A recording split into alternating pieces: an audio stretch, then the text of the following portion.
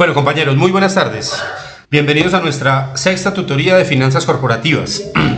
El día de hoy vamos a trabajar varios temas, dentro de ellos el mercado público de valores, el registro nacional de valores y emisores, vamos a ver algo de calificación de riesgo. Pero antes, como es costumbre, ustedes saben, vamos a mirar el tema de participación y vamos a revisar portafolios de inversión que tenemos para esta semana. La actualización de los portafolios, ya el archivo está en la plataforma. Entonces, muchachos, los escucho, me dejo sorprender con todos esos temas interesantes que ustedes leyeron, escucharon, se enteraron esta semana y que sean, que nos quieran compartir.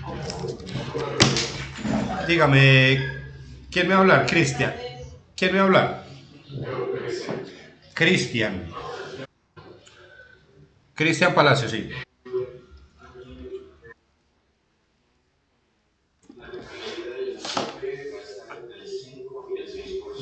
Ajá. Sí.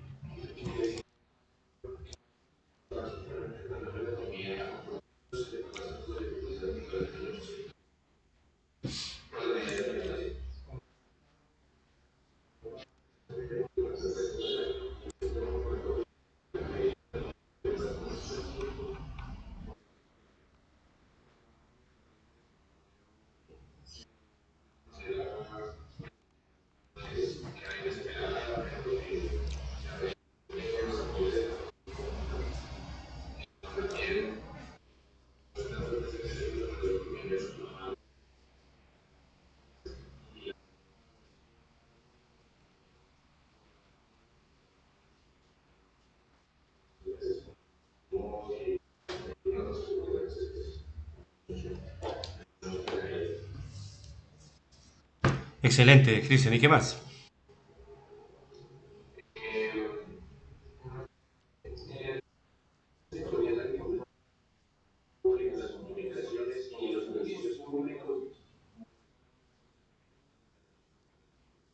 Sí.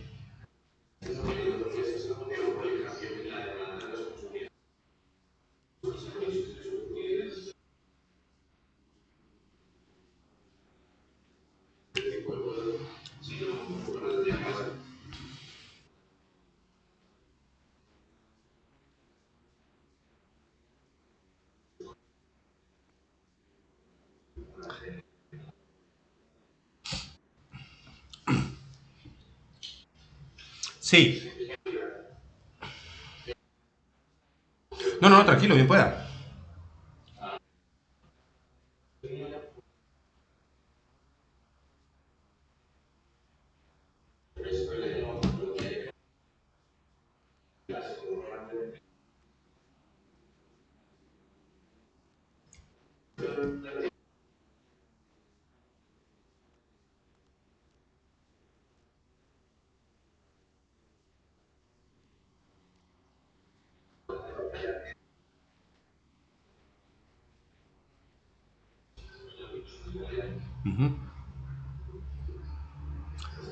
Sí, ese es un buen... ¿De dónde sacó esa nota?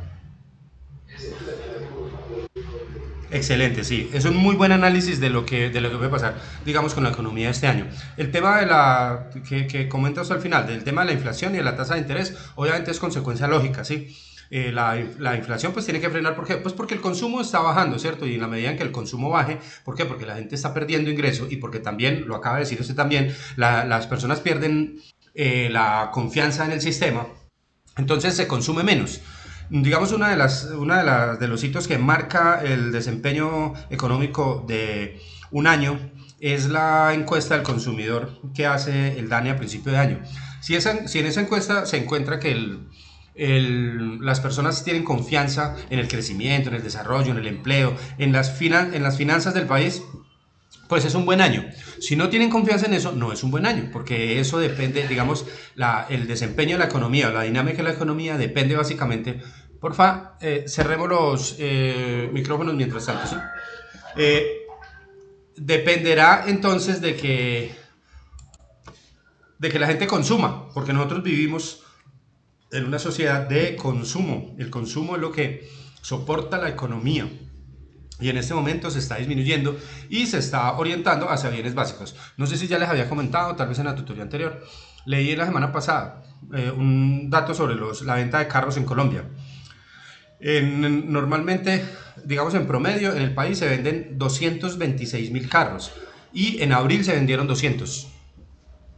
Entonces, ahí uno se da cuenta más o menos cómo está la percepción del consumidor colombiano en este momento. En cuanto, no, 200 carros, 222 carros.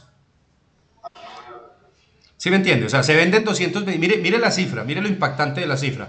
Se venden 226.000 mensuales, esos carros se venden en Colombia, ese fue el promedio del año pasado. Y en abril se vendieron 222 carros nuevos. O sea, eso registró la industria de la venta de autos nuevos. Entonces, imagínese cómo se está contrayendo la economía en ese tipo de bienes, ¿sí? Entonces, ahora, reactivar la economía no va a estar fácil, no va a ser fácil, va a tener que existir una fuerte intervención del Estado para generar condiciones en tasas de interés para el año entrante, en subsidios. Tiene que ser una política procíclica, es decir, que ayude a la economía a que otra vez vuelva la confianza del consumidor y volvamos a tener las cifras y el empleo que teníamos.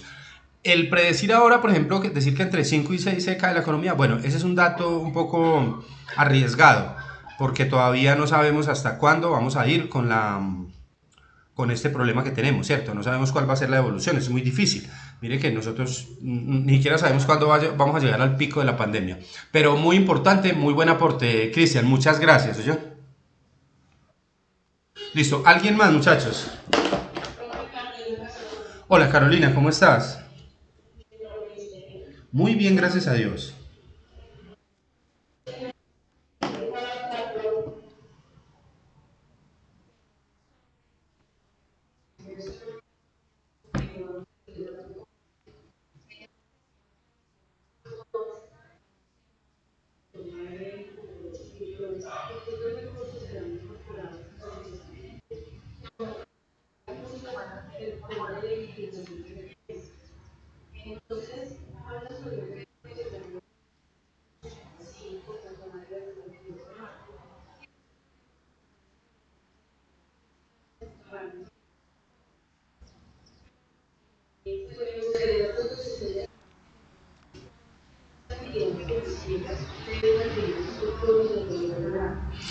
Mira, sí, eso digamos que no se ha dado solamente en este caso, sino que se viene dando en Colombia desde hace mucho tiempo. Hay un tema que se llama la banca de fomento o la banca de segundo piso. Eso está institucionalizado en Colombia desde 1950, es decir, es la forma en que el Estado interviene en alguna actividad específica de la economía por medio de unos créditos o unos dinero, una irrigación de recursos. Por otra parte, el sector financiero está obligado a generar lo que llamamos el encaje bancario. El encaje bancario es aquella proporción de las captaciones que realizan las entidades financieras que no pueden prestar, o sea, que no pueden utilizar en operaciones activas, es decir, en crédito. ¿Por qué? Porque de acuerdo valga la redundancia, a unos acuerdos que se llaman los acuerdos de Basilea, las entidades financieras a nivel mundial tienen que manejar una reserva para poder garantizar la liquidez del mercado. Entonces, normalmente un banco que hace, un banco, por ejemplo, hoy una persona va y deposita y abre un CDT de X plata, pongámosle cifras, de 10 millones. Entonces, digamos que el encaje hoy está en el 20% para el CDT, me lo estoy inventando. Entonces, ¿qué hace el banco? El banco solamente de esos 10 millones, solamente puede trabajar con 8 millones. Esos 2 millones los tiene que dejar quietos en el Banco de la República como reserva para la liquidez. Pero eso, a través de una ley en 1973, se dio posibilidad al Estado de obligar a las entidades financieras para que parte del encaje financiero, parte del encaje, o sea, del nivel de reserva que tienen que dejar, lo puedan hacer en inversiones forzosas. Se llaman inversiones forzosas. En este momento, de eso es lo que tú me estás hablando. Es que digamos que se traslada se convierte. Muchas veces se le ha dicho a la banca, mire, invierta en bonos de Finagro, bonos agrarios. ¿Para qué? Para incentivar la producción de café, de frutas, de tan. Y eso se lo valgo como encaje bancario. ¿Sí me hago entender? O sea, le dieron la posibilidad. Entonces se llaman inversiones forzosas y de eso es que tú me estás hablando. Sigue, por favor.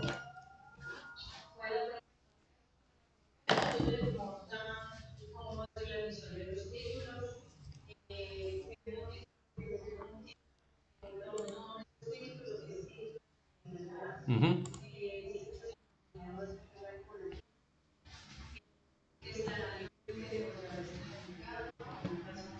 Sí, y te dieron la, conseguiste la tasa.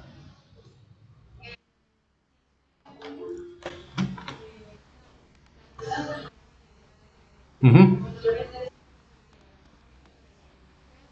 Sí. Ajá.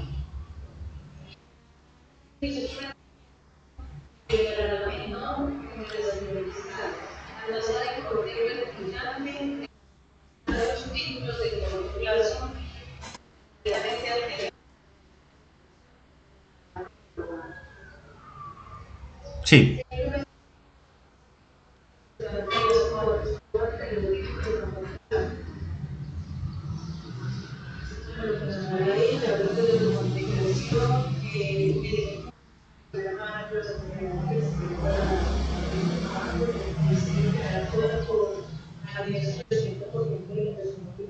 Sí. Listo, perfecto, sí, muy interesante. Digamos que esas son una de las medidas que se le estaban pidiendo al gobierno para poder que consiga recursos. Ustedes saben que nosotros no tenemos en este momento toda la plata que necesitamos para atender a los afectados por el coronavirus, ¿cierto? Pero necesitamos conseguir plata de muchas partes. Por ejemplo, ahorita estamos hablando también de pronto de otro impuesto al patrimonio, es decir, poner a las personas que tienen más dinero a que tributen más, que es una cosa justa, ¿sí? Porque pues ellos han conseguido ese dinero, pues obviamente en sus empresas legales y tal, pero en una sociedad en la que participamos todos. Entonces es un poquito justo que en este momento ellos también, digamos que colaboren o, como decimos en la calle vulgarmente, metan el hombro, mejor dicho, para poder salir adelante, porque definitivamente el Estado no tiene los recursos per se. Entonces, esas inversiones son inversiones forzosas, son inversiones a muy bajos intereses y de todas maneras son títulos de deuda. La gente lo puede adquirir en el mercado financiero si le parece atractivo. O sea, los bancos la pueden negociar y pueden obtener liquidez desde allí. Igual es como decir un préstamo. Los bonos son títulos de deuda, o sea que son préstamos que uno le hace, digamos, al inversionista, en este caso al Estado como tal. Muchas gracias, Carolina. ¿Alguien más? Millerladis.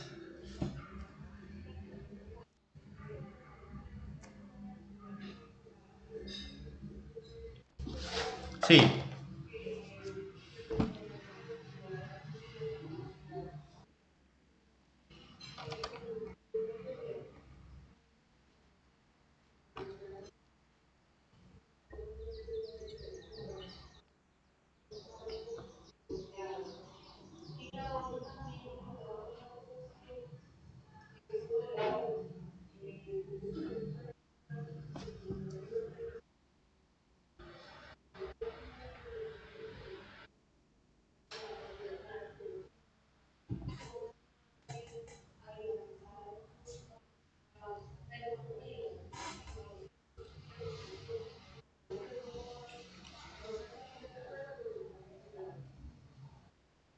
sí, ese tema, lo que tú acabas de mencionar, pues es interesante. Lo que pasa es que hay una cosa que es el deber ser y otra cosa que es el ser, ¿sí? El deber ser, tú lo acabas de mencionar, claro. Digamos que el dinero de las primas, pues debería estar causado desde meses anteriores, pues en los meses que veníamos normalmente. Pero pues eso no pasa. Ustedes saben que hay una contabilidad de causación y otra contabilidad real. Por eso ocurre por eso es que cuando uno termina de hacer un estado de elaborar un estado de resultados y tiene una utilidad neta, pues uno quisiera saber, es una muy buena pregunta que a veces le hacen a uno como asesor financiero. En el estado de resultados hay 500 millones en utilidad neta. Yo quisiera saber, le pregunta a la persona, yo quisiera saber dónde están. Y eso es una pregunta difícil de contestar, ¿cierto? Tendríamos que elaborar un estado de fuentes y aplicación de fondos, un EFAF muy riguroso para poder saber de dónde provinieron las fuentes y a qué aplicaciones se llevaron. Por eso ocurre que cuando la empresa el 15 o el 16 de febrero tiene que pagar las cesantías, normalmente los bancos le ofrecen un crédito. Pero eso no debería ser así, porque las cesantías deberían estar consignadas en alguna parte o guardadas debajo del colchón o bueno, no sé, en la caja fuerte de la compañía, porque se supone que eso forma parte del costo normal, del costo normal del negocio, el costo de operación. pero no ocurre. Entonces va a ser un poquito complejo que en este momento las empresas, digamos, que obtengan los recursos, las que no están recibiendo nada y tal. Se vuelve un problema, digamos, una polémica nacional, porque entonces ahorita ya están entrando los sindicatos a decir que no van a permitir. Nuri, por favor, ciérrame el micrófono. Que no van a permitir que no se paguen o que se pospongan el pago de las primas, pero bueno, vamos a entender una cosa, si la empresa realmente en este momento no está recibiendo ingresos, la pregunta es ¿de dónde va a sacar para pagar la prima? ¿Sí? Necesitamos entonces otro subsidio, otras ayudas para esas personas para esas personas pues que no tienen, porque es que hay algunas, por ejemplo, los auxilios para las empresas que han reducido sus ingresos en el 20 hasta el 30, 40%, excelente, les funcionan bien, pero para las que han suspendido sus ingresos es diferente, es un poquito diferente. Muchas gracias, Miguel Áez. ¿Alguien más? Dígame, Cristian.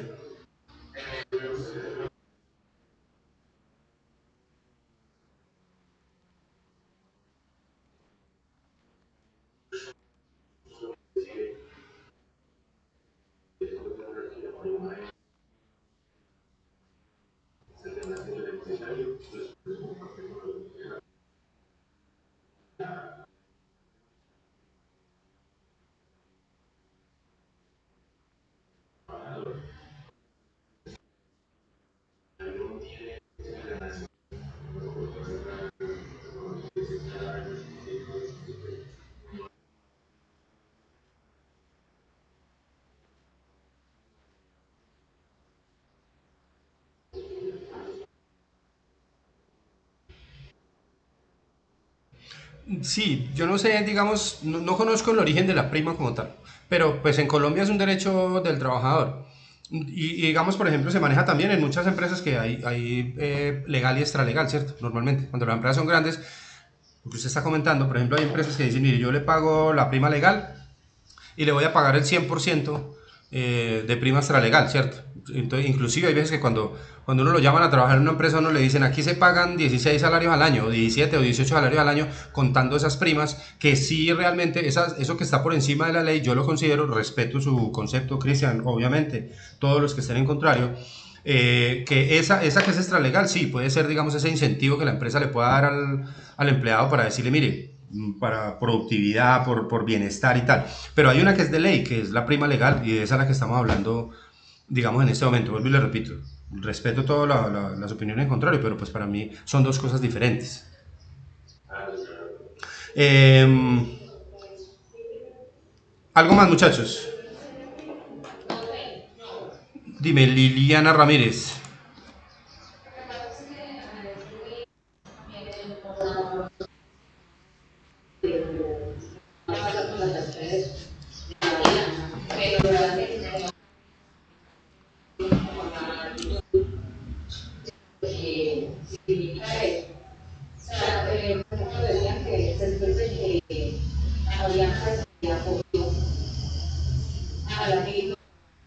Ujú. Sí, de la DR, sí. Sí.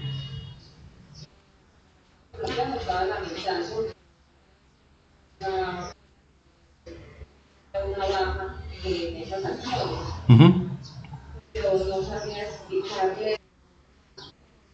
Lo que,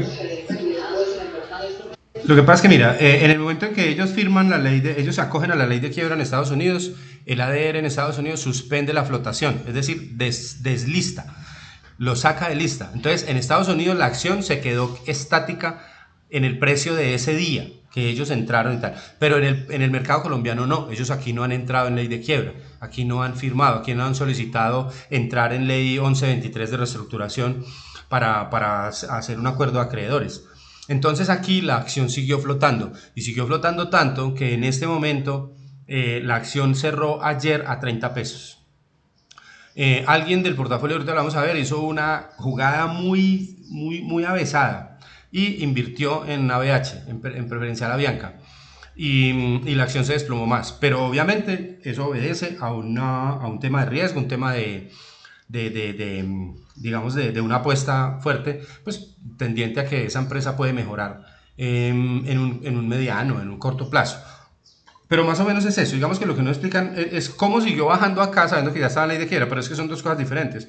Una es la participación por medio del ADR en el mercado americano, perdón, en el mercado americano, y otra es la libre flotación de la acción aquí en Colombia. Ahora, eso digamos que vuelvo y digamos para que lo dejemos claro, yo sé que ustedes lo entienden, pero bueno, pero es importante porque son conceptos de mercado de valores que debemos entender. En este momento, ese precio de la acción para Avianca en Colombia a 30 pesos, a Bianca no le está perjudicando más en nada, eso no le está representando salida de dinero ni nada. Son los inversionistas los que están perdiendo por esa baja cotización. ¿Sí es claro eso? Por ejemplo, ayer decían, hablaban de que a pesar de que hay muchas, digamos que a nivel mundial la economía viene decreciendo, pues hay unas empresas que vienen creciendo. Por ejemplo, Facebook y Amazon. Estos señores han aumentado el valor de las acciones de las empresas. Entonces dicen que, por ejemplo, que el señor de Facebook ha aumentado su riqueza esta semana en más de 5.000 millones de dólares. Pero la pregunta es, ¿esos 5.000 millones los está recibiendo él?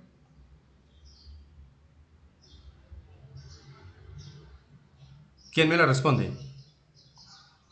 Estamos en un mercado de valores. Las acciones están subiendo de precio, sí. Entonces, calculamos que el señor recibió 5.000 millones o no. No, no, porque es la valorización de la acción. ¿Sí me hago entender? Es decir, yo soy Avianca y yo vendo las acciones, ¿sí? Y las acciones se van en el mercado primario, yo las ubico por medio de una banca de inversión y yo obtuve la capitalización, es decir, yo recibí el dinero por la venta de esas acciones y ya. Ya lo que pase de ahí en adelante no tiene nada que ver con mi flujo de caja. Sí, eso tiene que ver entonces es con los inversionistas. Entonces digamos que vender la noticia de esa manera a la gente, decirle que el señor Mark Zuckerberg esta semana ganó 5.000 millones, pues no, eso es falso, eso es mentira, no la deberían difundir de esa manera. Ese señor no recibió esa plata. Yo no sé cuánta plata tendrá ese señor, no tengo ni idea. Pero no funciona de esa manera. El mercado accionario funciona así, es la valorización de las acciones. ¿Sí? Entonces, valorizan y la capitalización bursátil pues aumenta, ¿cierto? Pero eso no es un flujo de efectivo directo. Puede que, claro, la persona que tiene las acciones y que logró cuando subieron de precio venderlas y monetizar la utilidad, pues ganó y listo. Pero no es la empresa como tal. La empresa no gana ni pierde porque las acciones suban y bajan. No gana ni pierde en flujo de caja, gana en prestigio. Claro, y por ejemplo, la próxima es que ellos vayan a emitir acciones, pues se van a ser muy, muy, muy apetecidas en el mercado. Lo que no le va a pasar, por ejemplo, en un mes a la acción de Avianca, ¿cierto? ¿Por qué? Pues porque está de capa caída. Pero entonces es eso, es como entender un poquitico esa parte. Muchas gracias por la nota, Liliana. Bueno, muchachos, ¿qué quieren hacer hoy?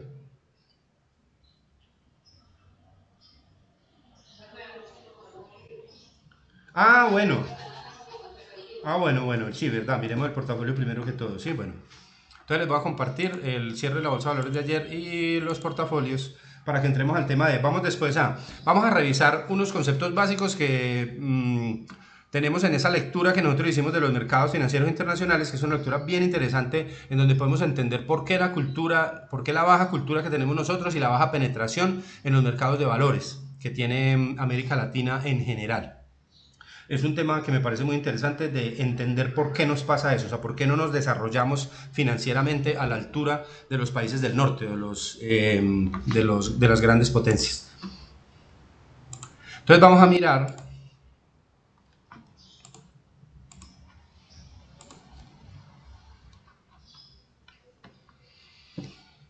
ahí la vemos, sí.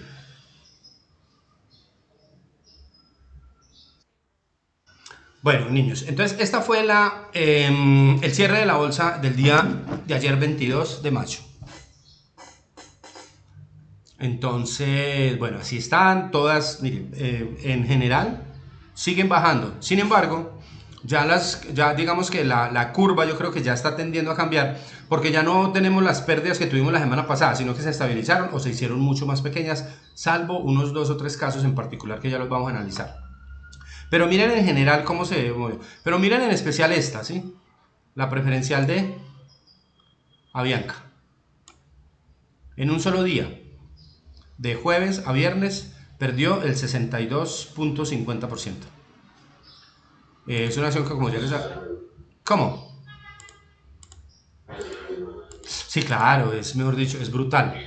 Es brutal la pérdida de valor de esa acción y es producto, digamos, de esa incertidumbre del mercado, de ese miedo que tiene la gente. El inversionista fuerte, el que conoce y tal, ese no sale a vender, no sale a correr cuando pasa esto, porque él sabe que salir a correr es peor. Eso es como cuando uno está en el circo y se suelta el tigre, ¿sí? Entonces uno pensaría que correr es peor, ¿sí? Pero no sabe uno qué es peor.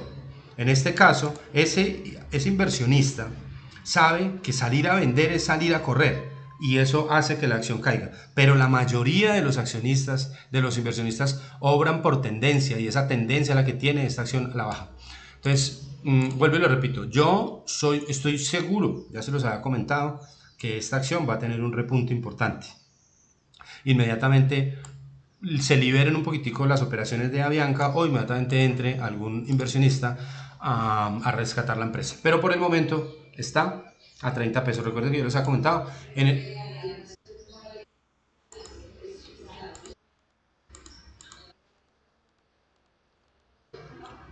No, sí, pero igual de todas maneras, recuerden que ahora 8 días esa acción valía 203 pesos. Y de 203 se desplomó a 30 pesos. O sea, en ese momento no está en vaivén, está en caída libre. Eh,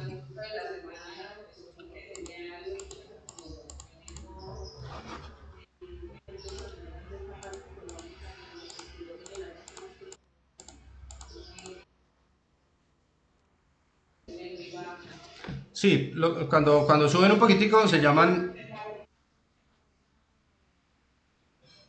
¿Cómo, cómo?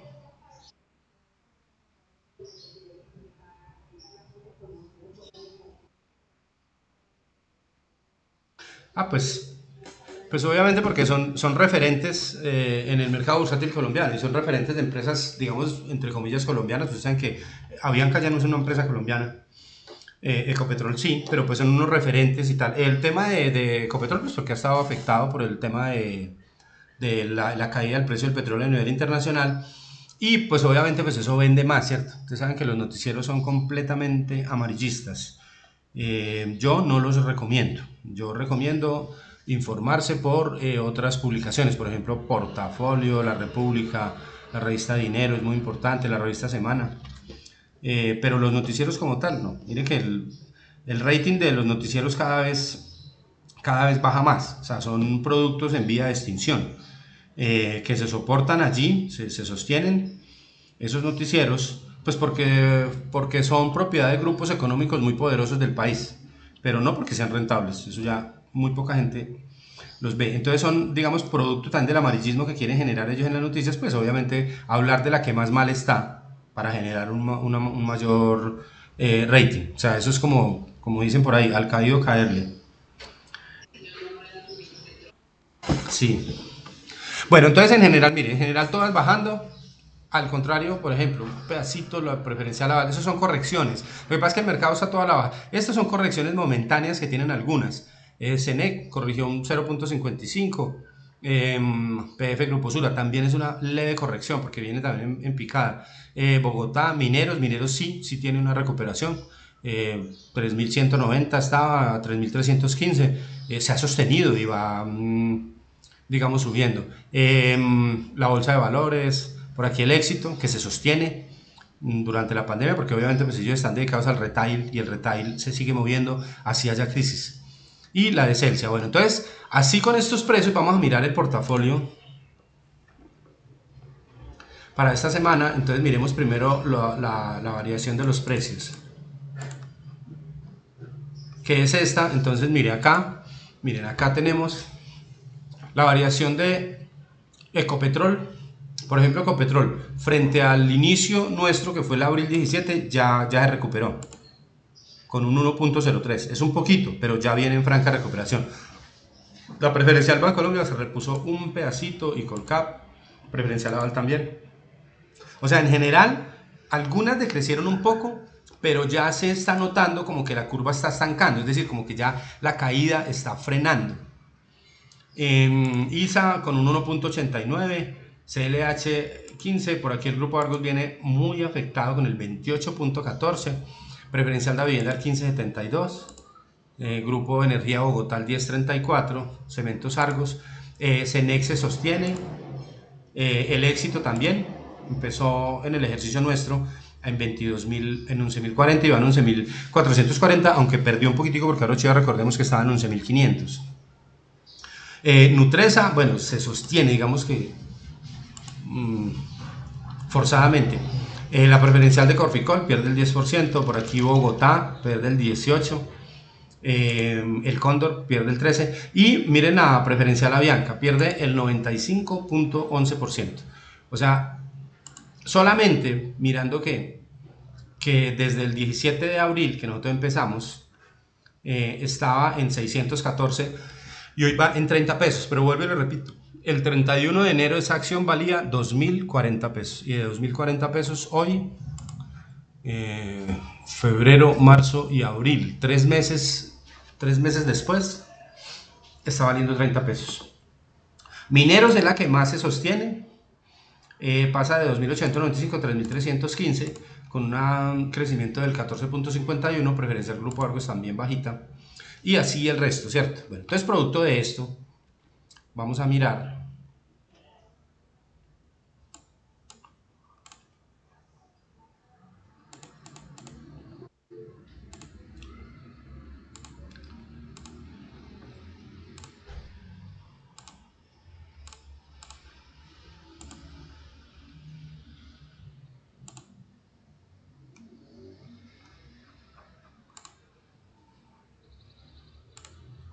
bueno,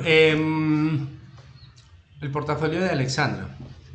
Ella hizo dos cambios. Cambió preferencial de vivienda por mineros y cambió Celsia por Éxito. Y recuperó de la pérdida que tenía dentro, ahora 8 días, 713.612. Tiene una pérdida general de 16.063. Pero vuelvo y lo repito.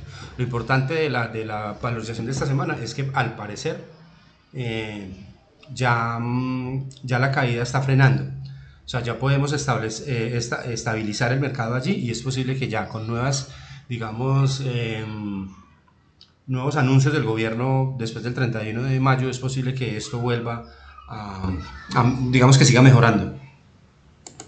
Millerladi, una pérdida de 6.107.000, en la semana deterioró solamente 227, vuelvo y repito, o sea, es como sostener un poquitico los portafolios y ya no tener las caídas que veníamos teniendo semanalmente.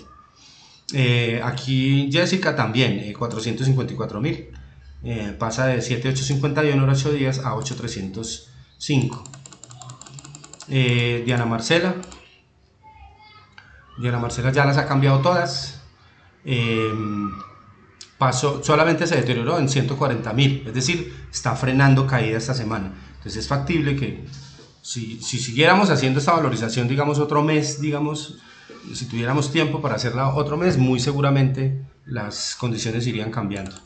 Lady Carolina también cambió Nutresa por Éxito y cambió Icolcap por Ecopetrol y se estabilizó, o sea, en 191 de deterioro durante la semana. Sandra Milena, este portafolio deterioró 718.000 durante la semana, digamos que frente a 8 millones podríamos decir que se viene estabilizando también. Caterine hizo una jugada muy atrevida esta semana, pero es importante, ¿sí? ¿Por qué? Porque vuelvo y les digo, yo todavía confío en las acciones de Ecopetrol, de Preferencial Avianca. Yo sé que en cualquier momento un anuncio del gobierno o de una empresa multinacional puede revertir, pero esta semana se le desplomó de 203 a 30 pesos esta acción y esos 25 millones se convirtieron en 3.256.000 con una pérdida de 33 millones y un deterioro en la semana de 18.700.000. Jessica recupera, hace dos cambios, cambia preferencial aval por éxito y cambia CLH, cambia Ecopetrol por Mineros. Bueno, y recupera 1.621.000. Este portafolio ya mostró recuperación esta semana. Lo mismo que el de Cristian. Con un cambio de preferencial de vivienda Mineros, presenta una recuperación de 788.000 durante la semana.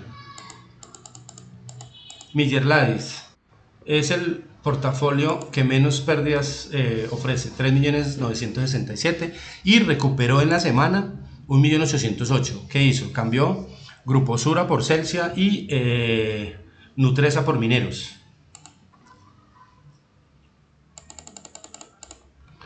Liliana recuperó 527.000 en la semana, de 13.589 pasó a 13.061, y hizo dos cambios que fue Bancolombia por Nutresa y Bolívar por Bogotá.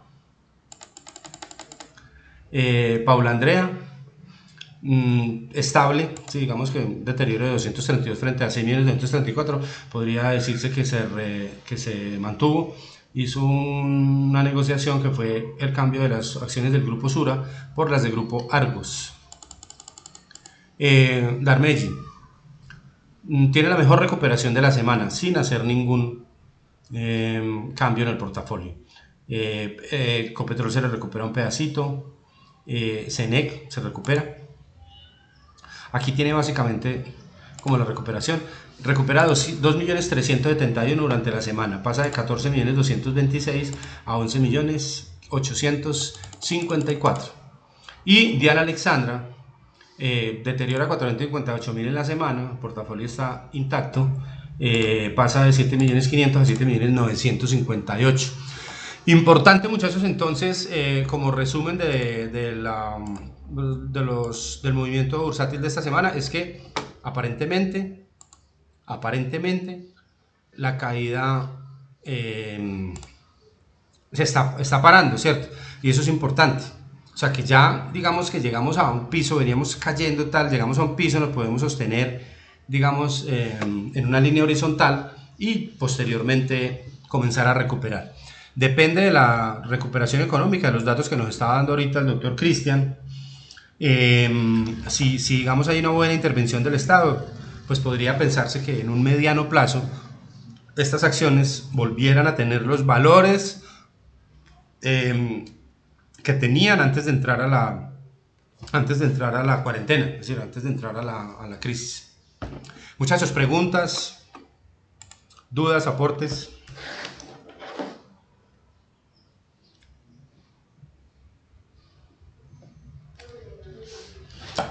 Dime, Miguel.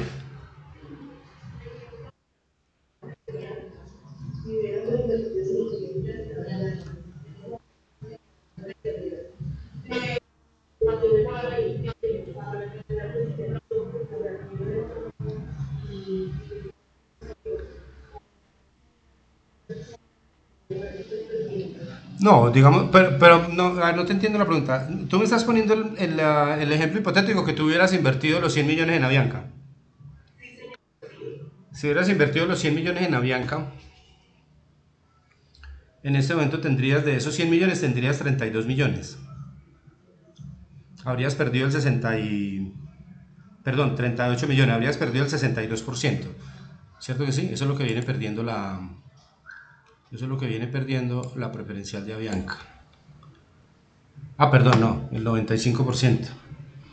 O sea que estarías perdiendo de los 100 millones, estarías perdiendo 95, tendrías 5 millones.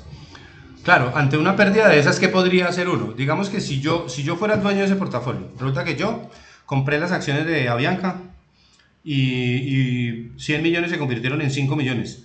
Pues perder 100 o perder 5 más, ¿cuál es la diferencia?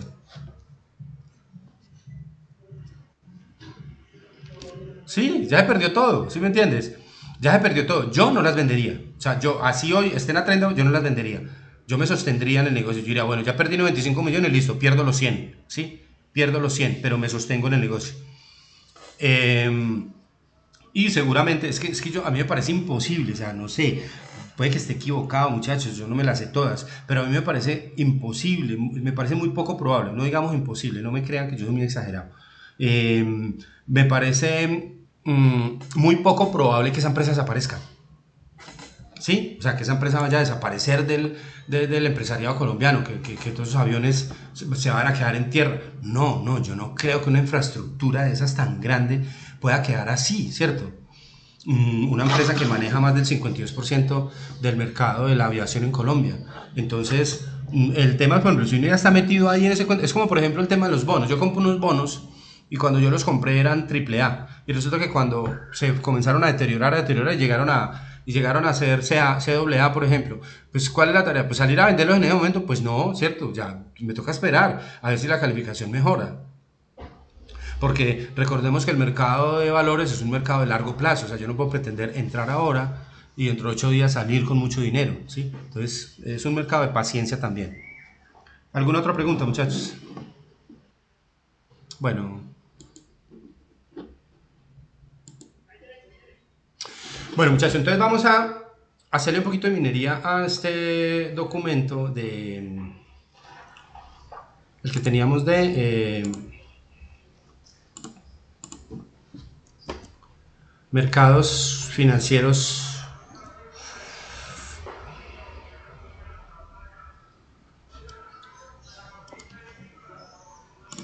Los mercados financieros.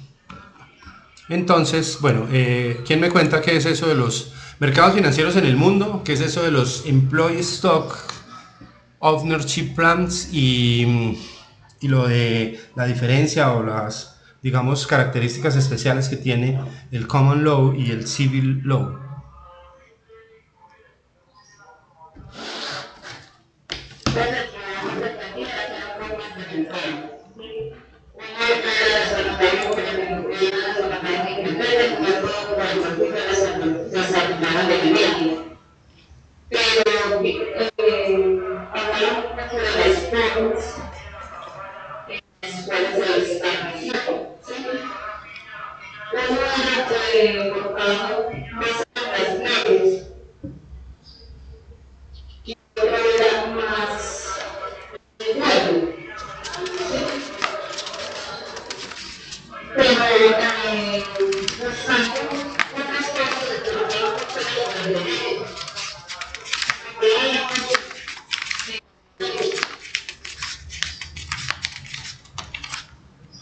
Y entonces,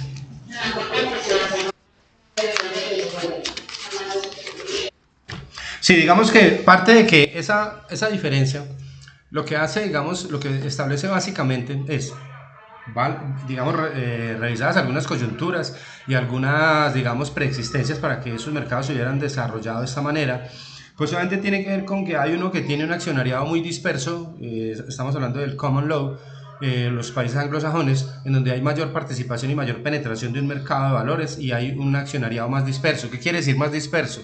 Que está más democratizado, es decir, que está más en manos de pequeños inversionistas y menos en manos de grandes grupos financieros que dominan, digamos, el manejo de estas empresas, ¿sí? O de estos grandes capitales. Y que eso parte de un tema que es legislación, pues viene de un tema de cultura, de hace muchos años, ¿cierto? Eso no es de ahora, eso son, por ejemplo, en Colombia, pues nosotros nos demoramos, después de que fuimos libres, supuestamente, nos demoramos más de 100 años para ponernos de acuerdo en un manejo financiero, en un manejo de banca central y todo eso, con todas las pujas y todos los problemas. Nosotros hemos sido un país polarizado desde que nació y lo que vivimos hoy en día pues es el reflejo de lo que venimos, de lo que heredamos desde hace más de 200 años. Entonces, esos 100 años, pues obviamente son 100 años que supuestamente nos llevan esos países de desarrollo a nosotros, porque nosotros nos demoramos mucho tiempo en eso, y eso pasó más o menos en América Latina también. Entonces, parte, digamos, dice el documento del estudio, que parte de un tema legislativo, es un tema de claridad en las normas y de proteccionismo, para diferenciar entre el Common Law y el Civil Law, que es como, digamos, la regulación del Estado, el papá Estado, el gobierno, digamos, como lo vemos nosotros, como gran protector, digamos, de la economía, Y por el otro lado, el common law, que es como la libertad, que predican, digamos, los americanos o los ingleses, que es la libertad en la libre, perdón, en el desarrollo de la empresa, en el desarrollo de personalidad de todos de los ciudadanos. ¿Qué más?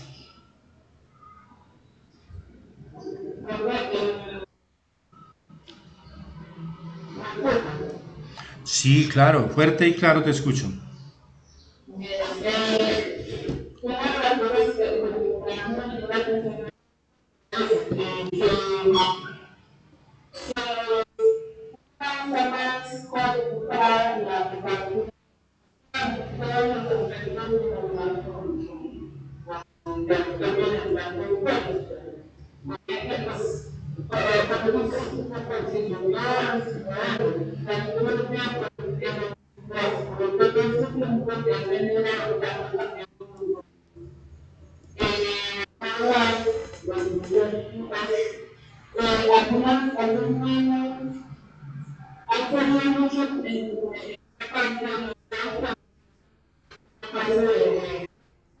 Sí,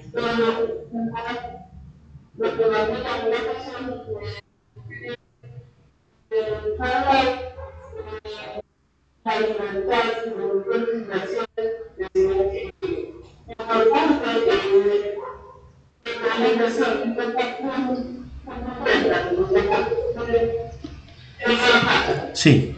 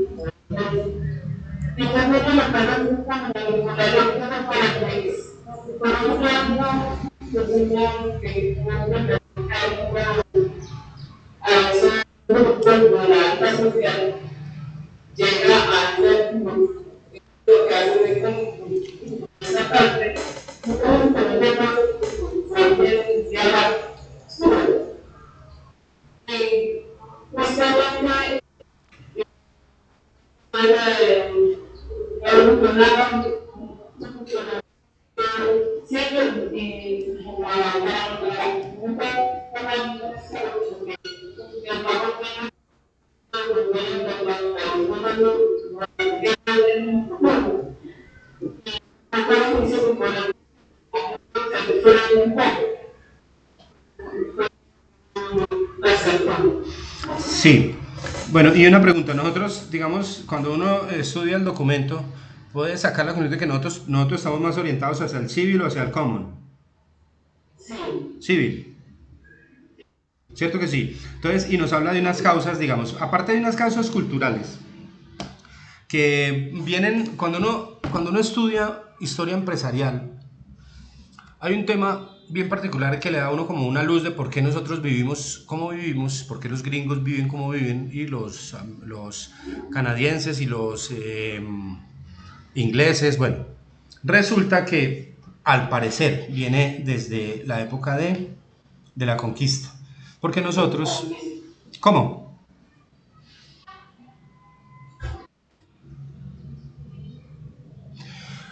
Porque digamos que nosotros fuimos colonizados por españoles. O sea, nosotros, esto creo que ya lo habíamos hablado. No sé si fue con ustedes, bueno, si ya se los hablé, ustedes ponen cara sorprendidos, acuérdense, siempre, ¿sí? Y es que ellos colonizaron estas tierras con base en la imposición de una religión, con base en la esclavitud y y en el catolicismo, ¿cierto? Entonces, decía Eduardo Galeano en el libro que escribió más importante. Eduardo Galeano murió hace poco, un autor, un escritor uruguayo. En el libro decía, llegaron y ellos traían las Biblias y nosotros teníamos la tierra. Y nos pidieron que nos arrodilláramos y cerráramos los ojos para rezar. Y cuando los abrimos, ellos tenían la tierra y nosotros teníamos las Biblias.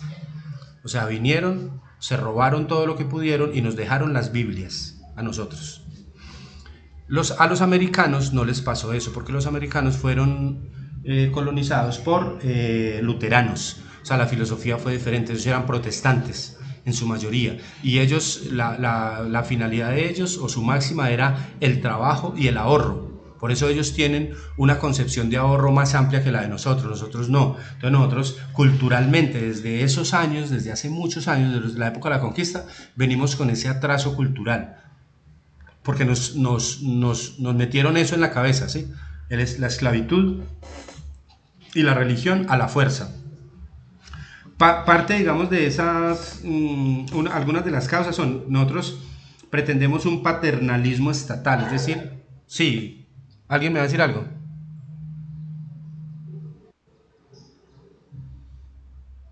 Bueno, por favor, entonces cerremos los micrófonos, ¿sí? Paternalismo estatal, o sea, nosotros estamos acostumbrados o esperamos que el Estado haga por nosotros, ¿sí? Y eso nosotros lo manifestamos en muchas cosas. A nosotros nos tienen que obligar a hacer las cosas, nosotros no tenemos cultura, no tenemos, digamos, autodisciplina, sino que nos tienen que obligar a hacer las cosas.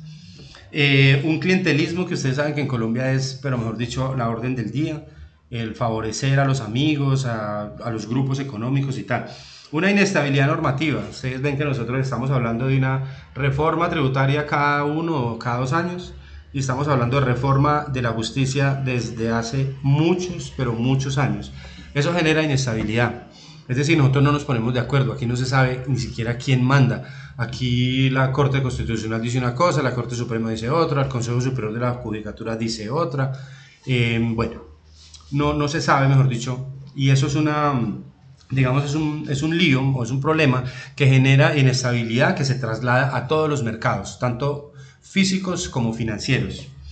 Y también hay una inexistencia de una cultura de ahorro, porque obviamente ese gran sistema financiero pues vive de qué, del ahorro, de la parte del ingreso que no se consume, es decir, que se guarda o se invierte. Por eso funciona el sistema financiero, si no, pues no funcionaría. ¿Por qué funciona? Pues porque a la vez que hay unas empresas que salen a emitir bonos y a emitir acciones, hay otras empresas y otras personas o unos agentes que tienen ahorro, ¿sí? Que tienen dinero para invertir. Si no fuera de esa manera, pues no existiría y no podría funcionar ningún sistema financiero. Entonces, digamos que y es una característica casi que, lo dice el documento, casi que, digamos, común a todos los países latinoamericanos por esa falta de desarrollo en muchos aspectos culturales que nos ha dejado como, digamos, un poquito relegados en el tema de los mercados financieros, cada vez más controlados. Miren, ustedes se dieron cuenta con las exposiciones que hicimos frente a las empresas que participan en ese mercado de valores, como casi que todas son de los mismos, ¿sí? Casi que todas son del sindicato antioqueño y están controladas por ellos. 51, 52, 60% del accionariado está concentrado en esos grandes grupos, es decir, ellos conservan el control. No hay posibilidad de que la dispersión, digamos, en la propiedad de las empresas o del mercado bursátil llegue a manos de la gente. No, ellos conservan y conservarán siempre el valor. Lo mismo que pasa en los países de donde sale la filosofía del civil law. Preguntas, muchachos. Aportes, reclamos.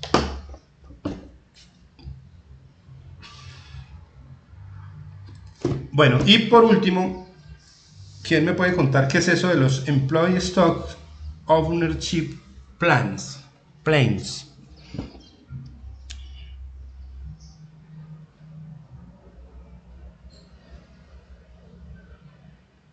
Uno nomás, no todos a la vez.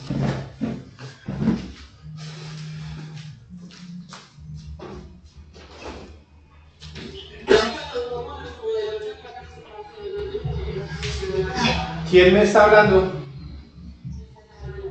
Cuéntame, Miguel Ray, ¿cómo es esa cosa?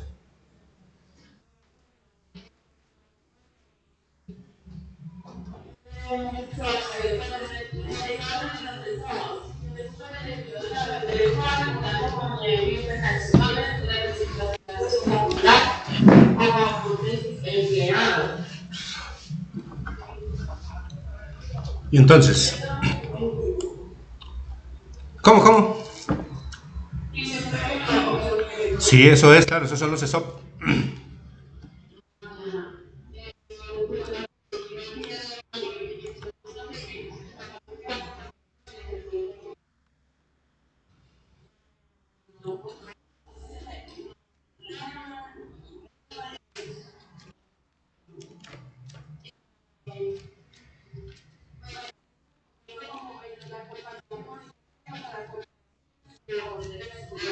Sí,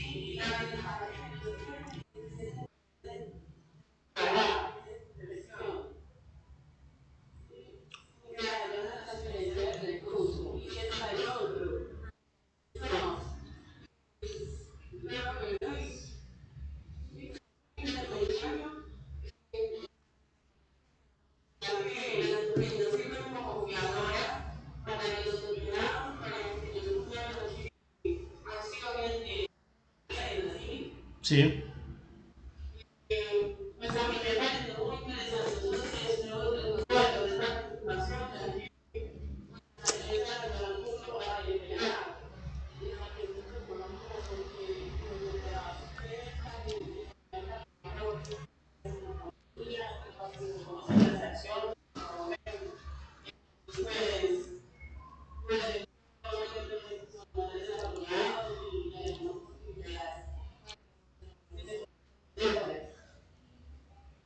sí. Sí, a ver, esos ESOPs son un mecanismo que utiliza alguien. De pronto recuerda haber visto la película de Las locuras de Dick y Jenny. ¿De qué habla esa película?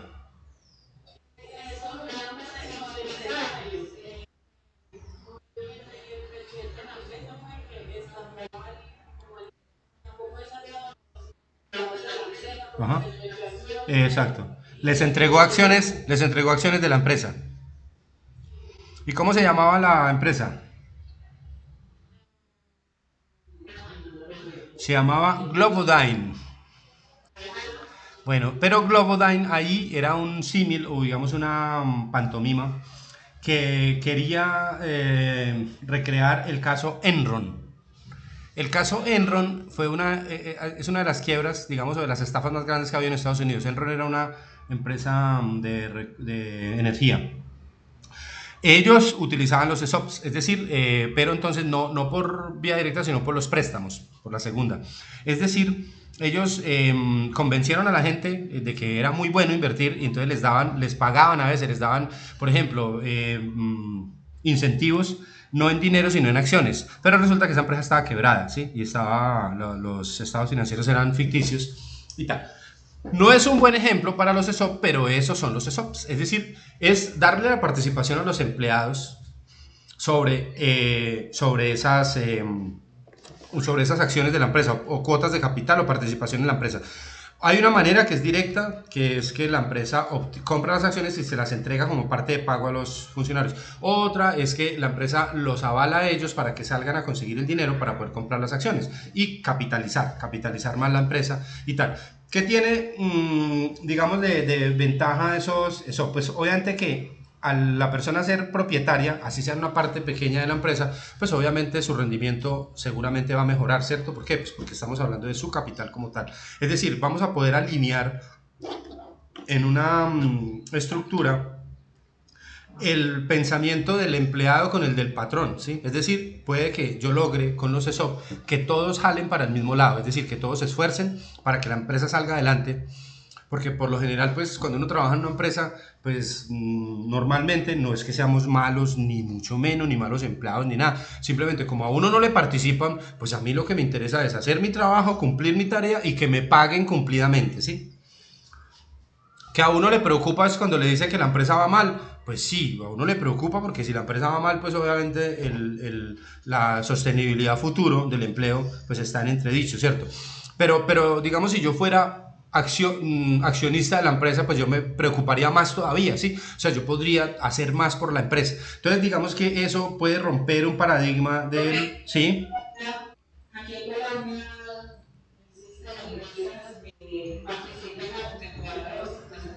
Solamente el sector cooperativo. O sea, el sector en donde hay una cooperativa y en todos los asociados de esa cooperativa pues son dueños, ¿cierto? Y hay unas que son muy exitosas y se reparten las utilidades, pero solamente en el sector cooperativo. No conozco ninguna en el sector real, en el sector financiero, en el otro sector, que lo haga. Puede que la haya, no digo que no porque no conozco la totalidad.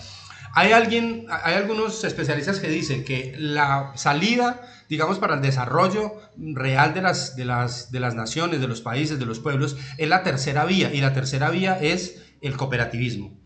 Es decir, es todos somos propietarios, todos somos accionistas, todos participamos en el negocio y todos luchamos por sacar el barco adelante. Entonces, esa es una de las, digamos, el país que es pionero a nivel mundial en el tema del cooperativismo es Israel. Israel es como la cuna del cooperativismo a nivel mundial. Y ellos hablan de esa tal tercera vía. No es fácil, porque es un tema que pasa más por connotaciones financieras, más a connotaciones culturales o a paradigmas que nosotros tenemos en la mente que no nos dejan ejercer los cambios que necesitamos. Pero puede ser, podría ser, y digamos que es interesante como romper ese paradigma de la lucha entre el capital y el trabajo, ¿sí? Recuerden que para generar la producción pues hay esas dos variables. La producción es una función que está en base a capital y trabajo.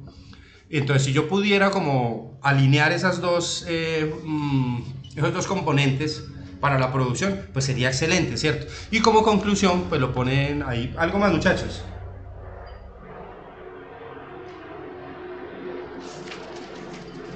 En, en Colo... Sí, ¿qué pasó? Espérate, espérate, que es que está pasando una avioneta y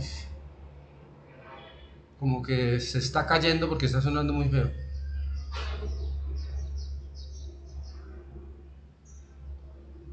Ya.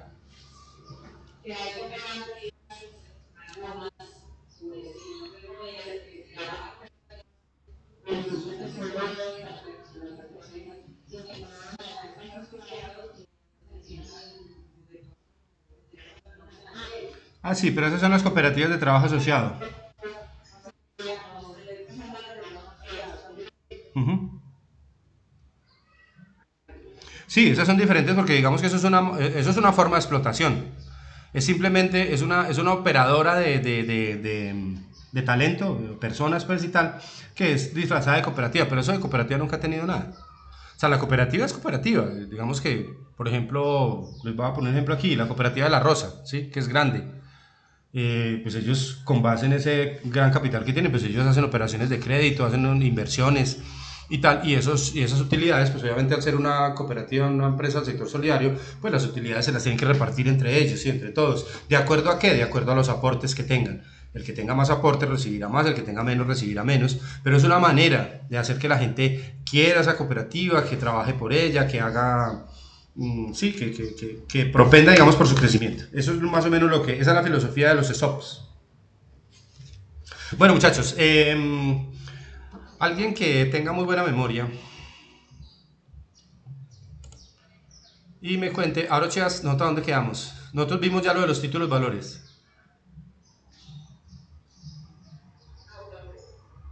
Yo creo que sí, ¿no? No vimos las clases de títulos valores, o sea, esta parte, no me digan.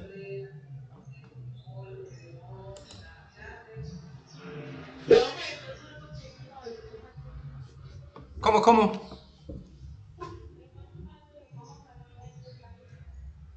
No te escucho bien, se te escucha entre...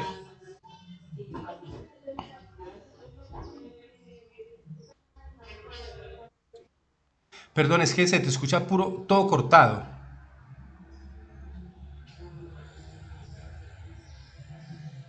¿Qué me dicen?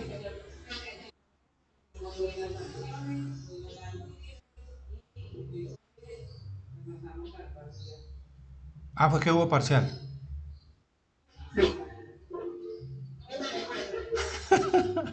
No me digan. Ah, bueno, listo. Entonces vamos a ver. Listo.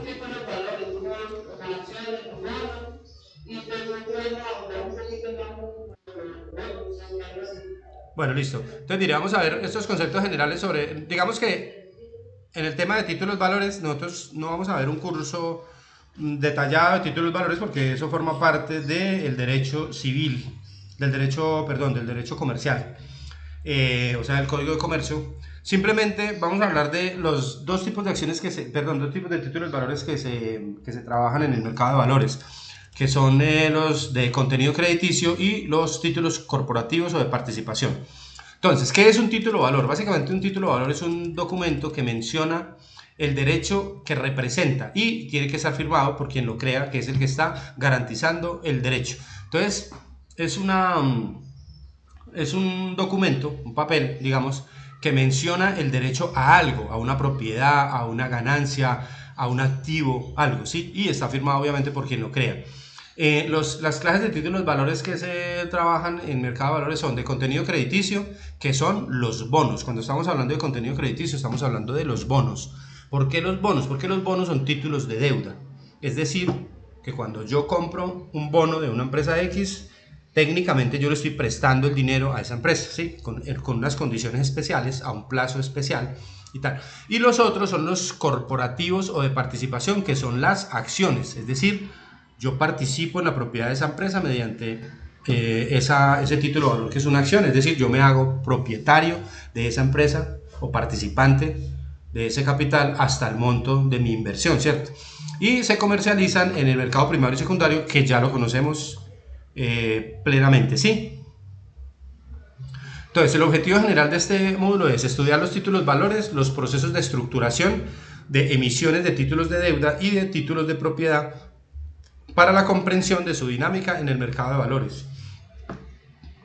Los objetivos específicos: reconocer el origen de los títulos, las definiciones y aspectos generales sobre los mismos, y identificar los títulos de deuda, obligaciones, y los títulos de propiedad, acciones, que son lo que les acabo de comentar. Títulos de deuda, bonos; títulos de propiedad, acciones. Entonces, los títulos valores forman parte de los bienes mercantiles, así como los otros bienes de comercio tangibles e intangibles. Funcionan como cualquier otro tipo de bienes. También la llamada propiedad industrial, constituida por las patentes, marcas, nombres comerciales, bueno, todo eso también forma parte, digamos, de los bienes comerciales que constituyen la dinámica de la economía. El artículo 619 del Código de Comercio define los títulos valores de la siguiente forma, así. Dice: los títulos valores son documentos necesarios para legitimar el ejercicio del derecho literal y autónomo que en ellos se incorpora. Es decir, es la prueba, como dice el abogado: dame la prueba y te daré el derecho. Entonces, los títulos valores tienen eso, o sea, respetan o hacen cumplir o legitimar el derecho de lo que allí está incorporado como tal. Dice: de acuerdo a este principio, solo se puede exigir la contraprestación en los términos que textualmente exprese el documento. De esta forma se requiere que el título contenga los elementos fundamentales, tales como la clase de título, la cuantía, el lugar de pago, la forma de pago, el plazo y las firmas de las personas obligadas. Los de contenido crediticio, entonces, son los títulos valores usados por excelencia en los mercados de capitales. Son llamados títulos de crédito o instrumentos negociables y tienen por objeto la obligación del pago en dinero. Ahí tenemos, por ejemplo, una letra de cambio, un pagaré, un cheque. Todos esos son de contenido crediticio. Y los bonos como tal, que son títulos de deuda. Y los corporativos o de participación, ya los mencionamos, que son llamados societarios, que confieren al titular la calidad de miembro o socio de una corporación. Ejemplo típico son las acciones emitidas por las sociedades anónimas. Bueno, sobre los bonos. Los bonos, entonces, como ya dijimos, son compromisos de pago que adquiere un municipio, un gobierno, una empresa. En este momento, por ejemplo, el Estado, con esos bonos obligatorios que nos acabo de comentar Carolina. Cierto, Carolina fue la que nos contó sobre los bonos de solidaridad. Entonces, son compromisos de pago, ¿cierto? Cuando alguien compra bonos, denominado como inversionista, está prestando el dinero, ya lo dijimos ahora, presta el dinero al emisor en unas condiciones especiales. Y durante el tiempo que transcurre entre la fecha de emisión y el vencimiento, pues el emisor debe pagar unos intereses que están pactados desde un principio, pueden ser mensuales, semestrales, anuales, depende cómo sea el contrato. También los bonos tienen una característica que es el valor facial o el valor nominal o el valor a la par, que es el valor que tiene el bono inicialmente. Un bono de 10 millones, entonces facialmente dirá que vale 10 millones, ese también se considera. Entonces, el valor facial, valor a la par o valor nominal, que no tiene que ser igual al del vencimiento, porque el vencimiento podría pactar dentro del contrato que el valor de rescate o el valor de vencimiento, al vencimiento podría ser del 110% del valor facial, es decir, que al vencimiento valdría 11 millones, más unos intereses que se van a conceder. Entonces, bueno, y el reintegro del capital se efectúa solo en un vencimiento. Bueno, aquí están las definiciones. Son los más conocidos instrumentos de deuda a largo plazo y pueden ser emitidos tanto por empresas como por el Estado. Igualmente pueden estar respaldados por un aval en cuyo caso su rentabilidad sería menor, es decir, responde, digamos, a la filosofía del menor riesgo, menor rentabilidad. A menor riesgo, menor rentabilidad. Entonces, si tiene una garantía, obviamente genera menor riesgo, pero al generar menor riesgo también va a generar una rentabilidad menor. Aquí en definiciones podríamos decir que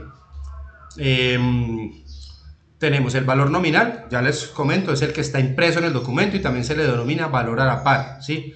O valor facial. El valor de redención es el valor que será pagado al vencimiento y generalmente coincide con el valor nominal, en cuyo caso se dice que el bono es redimible a la par. En caso contrario, el valor de redención se expresa como un porcentaje del valor nominal, lo que les acabé de comentar. La fecha de vencimiento determina el momento en que se debe ser repagado y la tasa de interés del bono. Tal. Vamos a ver en otro documento el tema de la clasificación de los bonos. ¿Qué son los instrumentos de renta fija? Muchachos, preguntas hasta aquí.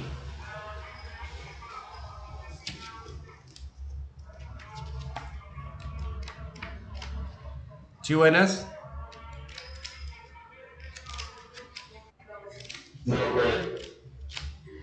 Es que se quedan todos callados y me dan como unos nervios.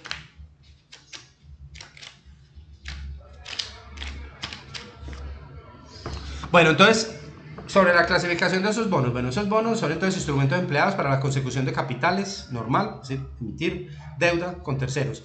Es un contrato financiero que emiten los gobiernos o las empresas.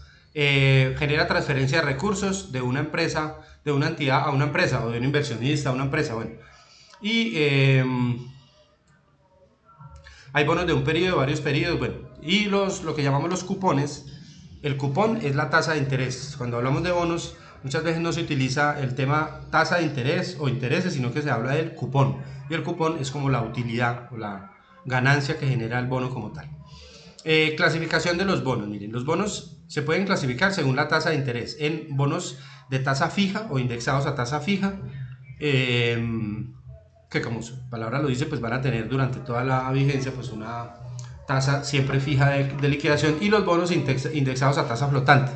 ¿De qué dependerá esto? De las condiciones de mercado. Si yo soy un emisor y yo calculo que voy a emitir unos bonos hoy y que la tasa de interés sobre el tiempo va a tender a subir, pues a mí me interesa más emitirlos hoy en tasa fija. ¿Por qué? Porque así suba la tasa de interés, pues como yo los tengo a tasa fija no me va a afectar. Pero si por el contrario la tasa de interés tiende a bajar, pues me conviene más tenerlos a tasa variable.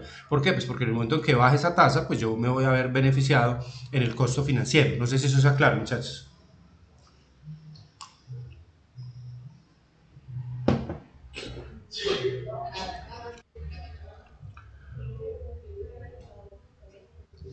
A ver, miren, yo soy el emisor, yo soy la empresa que voy a emitir los bonos, yo necesito el dinero. Entonces, si la expectativa o la perspectiva del mercado, la tasa va a subir, ahí me interesa más emitirlos a tasa fija, ¿sí? ¿Por qué? Pues porque yo voy a pagar un interés menor sobre todo el tiempo. Pero si la perspectiva es a la baja, ahí me interesa más emitirlos indexados a una tasa flotante. ¿Por qué? Porque en la medida en que la tasa vaya bajando, pues el costo de mis bonos va a ir bajando. Lo que yo voy a tener que pagar por el cupón, lo que voy a tener que pagar por los intereses, pues va a ser menor. Entonces, digamos, la decisión entre bonos tasa fija o bonos tasa variable, pues es básicamente eso, son las condiciones de mercado. Los bonos privados, pues no tienen ninguna explicación, simplemente son bonos emitidos por instituciones privadas, del sector privado. aquí están las explicaciones de ahorita. Para el emisor, ¿cuál es el objetivo a la hora de escoger un bono en el tipo de tasa? El emisor, minimizar los costos por intereses, y para el inversionista, pues maximizar su tasa interna de retorno. Es decir, para el inversionista va a pensar al contrario. Y va a pensar acá que si la tasa de interés tiende a subir, pues a él le conviene mejor una tasa flotante, ¿sí? Pero si la tasa va a bajar, la expectativa es a la baja, pues le interesa más una tasa fija. Los bonos tienen una particularidad, y es que son inversamente, la relación entre precio y tasa de interés es inversa. Tal vez ya lo habíamos hablado, ¿no? Es decir, cuando la tasa de interés sube, los bonos, el precio de los bonos baja. Y cuando la tasa de interés baja, el precio de los bonos sube. Sí hemos explicado esa parte.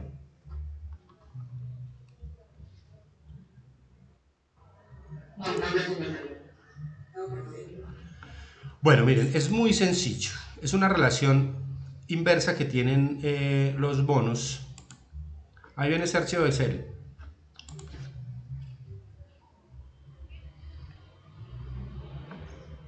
Sí.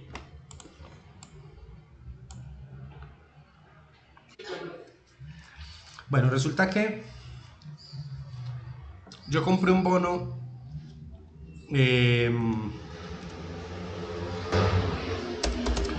10 millones de pesos.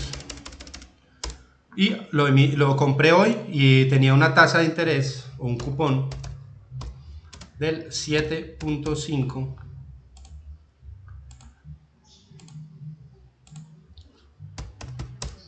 Del 7.5 y el vencimiento está...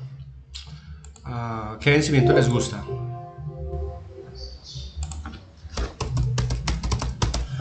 Van a vencer en el año... ¿Estamos en qué año? En el 2020. Van a vencer en el 2030.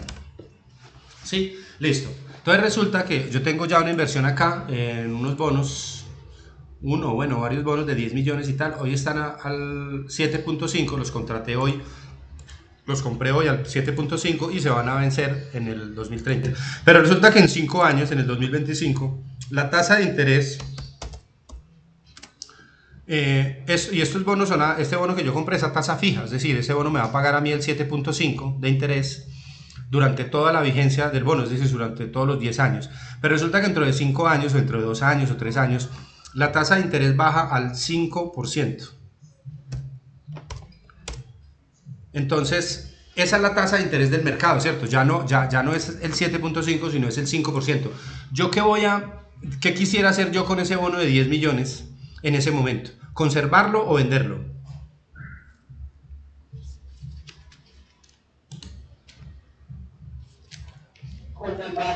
¿Por qué?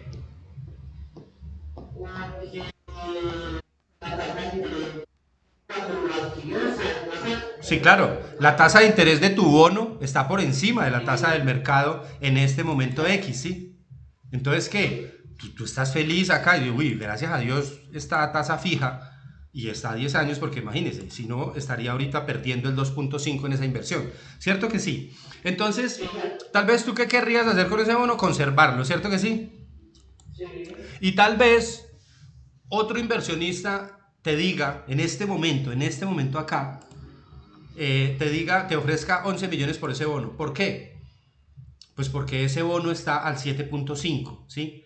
Y si él lo comprara hoy, estaría al 5. Entonces es posible que te ofrezcan 11 millones o 12 millones por ese bono, porque muy seguramente durante el tiempo se va a recuperar esa sobreinversión que van a hacer. Por eso la relación es inversa. Si la tasa de interés baja, el precio del bono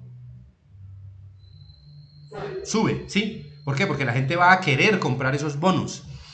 En este momento los va a querer comprar porque están al 7.5 y habrá alguien que pronto quiera vender. Aquí si la persona necesita la plata y le están ofreciendo 12 millones por él que valió 10 millones, pues listo, lo venden 10 millones, lo venden 12 millones, sacrifica la utilidad obviamente porque pues ya no va a recibir los intereses, pero está recibiendo una utilidad del 20%. Ahora, por el contrario, si esta tasa no llega a ser del 5, sino que llega a ser del 10, entonces ahora, ¿qué vas a querer hacer con el bono? ¿Sostenerlo o venderlo?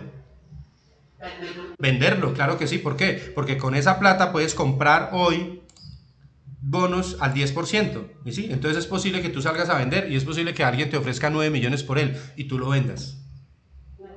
porque el negocio sea más rentable así. Entonces, cuando la tasa de interés sube, el precio del bono baja. Cuando la tasa de interés baja, el precio del bono sube. Esa es la relación que hay inversa entre la tasa de interés y el precio de los bonos.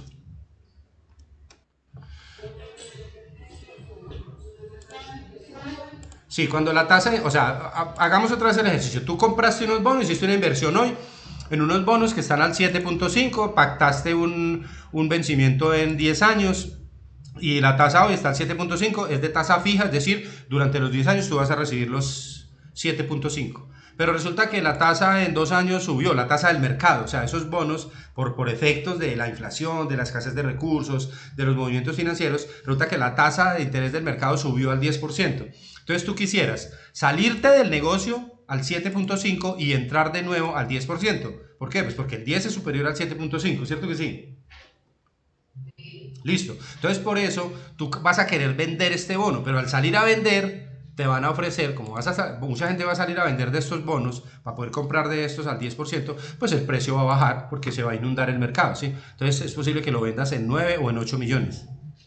Entonces esa es la relación inversa entre el precio del bono como tal y la tasa de interés. Y por el contrario, cuando la tasa baja, pues tú vas a querer conservarlo porque tiene una tasa superior a la del mercado y es posible que te ofrezcan más dinero del que tú pagaste por él, pues porque es un buen negocio.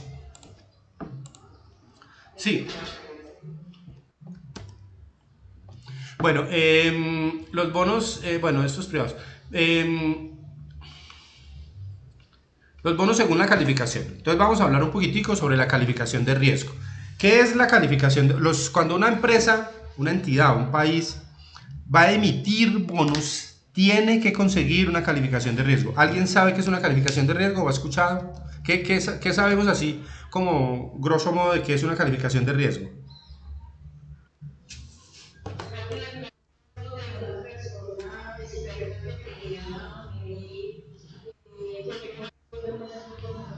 Sí. La calificación de riesgo es una nota, es un concepto que emite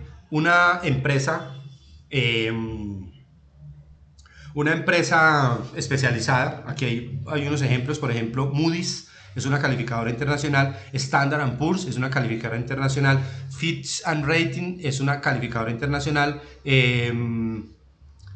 hay otra que se llama BRC Investor, que también es una calificadora internacional. Entonces, cuando yo voy a hacer una emisión de bonos, yo estoy obligado a generar una calificación de riesgo. Es decir, yo antes de salir a vender los bonos, tengo que salir al público a publicar, mi calificación de riesgo entregada por una empresa calificada a nivel internacional. Esa calificación de riesgo, ¿qué dice? Esa calificación de riesgo dice, mide la probabilidad de que esa empresa tenga la capacidad de devolver el capital y los intereses a ese inversionista. Es decir, mide el riesgo de lo que llamamos el default o la cesación de pagos. Entonces, esa nota, ese concepto, lo tiene que conseguir toda empresa que emite bonos. Se califican las emisiones en bonos, las emisiones en acciones no hay necesidad, porque las emisiones en acciones no son títulos de deuda, no son operaciones de deuda, son operaciones de propiedad. Es decir, cuando yo compro acciones, yo estoy arriesgando, estoy asumiendo el riesgo en esa empresa. Lo que pasa es que por lo general son grandes corporaciones y están calificadas por efecto de digamos, del prestigio, lo que llamamos el seniority en el tema financiero, que es el conocimiento, como el goodwill, ¿sí? Como la prestancia que tiene la empresa, el nombre que tiene. Pero lo que está obligado a calificarse son los bonos. Entonces, esta es una calificación. Entonces, cuando la empresa necesita, entonces contrata con una empresa de estas, una calificación, ellos vienen, hacen un estudio completo, las calificaciones de riesgo son carísimas, o sea, eso es una operación muy costosa. Y entonces entregan estas calificaciones. Un AAA, por ejemplo, para Standard & Poor's y también para Moody's. Cada una maneja una calificación, unas escalas diferentes. Un AAA, ¿qué quiere decir? Es una bonos de alta calidad y un muy pequeño riesgo de default. ¿Qué es el default? Este default es la cesación de pagos, es decir, es el momento en que, no sé si de pronto han escuchado la noticia esta semana que Argentina estaba a punto de entrar en default. ¿Sí la han escuchado? Por ejemplo, también de Venezuela se escuchó hace poco que entró en default. ¿Default es qué? Yo le debo una plata a un banco con una tarjeta de crédito, le debo 5 millones y me quedo sin trabajo o me quiebro en el negocio y un día me llaman del banco y me dicen, señor, ¿cuándo va a pagar? Y yo, no tengo ni idea, no tengo con qué pagar. Eso se llama default, ¿sí? Es dejar de pagar. Entonces, aquí lo que está expresando la calificación es que hay una pero muy pequeño, hay un muy pequeño riesgo de default, es decir, es una calificación muy buena. Aquí hay una alta calidad y hay también un pequeño riesgo. El AAA y el AA se parecen mucho. Aquí hay una mediana calidad y pues alguna, digamos, potencial vulnerabilidad para la entrega de los recursos. El BAA o BBB, que es para Standard & Poor's, es mediana calidad y potenciales problemas de liquidez. El BA o BB para Standard & Poor's es grado especulativo. Es un prospecto ya cuestionable, ¿sí? Sobre el tiempo va a ser un prospecto cuestionable. También hay la calificación B, que tiene riesgo de default en el futuro cercano, ¿sí? Y ya los que son C, ya son mala calidad, baja calidad, peligro de default, claro peligro de default, este también, o sea, maybe quizás está en default. C, muy difícilmente van a ser repagados estos títulos, y el D pues obviamente en default, o sea, este ya no tienen con qué pagar. Entonces digamos que cuando yo voy a emitir, yo debería estar como por acá en esta calificación, ¿sí? Entre el A, AA y el AAA, para que mis bonos sean aceptados en un mercado. También, como ustedes saben que los bonos... Muchachos, qué pena, ¿preguntas hasta ahí?